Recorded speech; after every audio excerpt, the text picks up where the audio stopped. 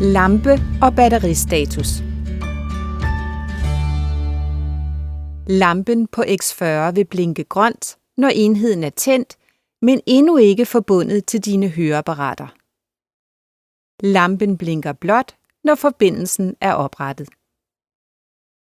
Når batteriet er ved at løbe tør, vil lampen blinke rødt i tillæg til det almindelige blink. Oplad enheden, når lampen blinker rødt. Du kan til enhver tid tjekke aktuel batteristatus med et kort tryk på tænd-sluk-knappen.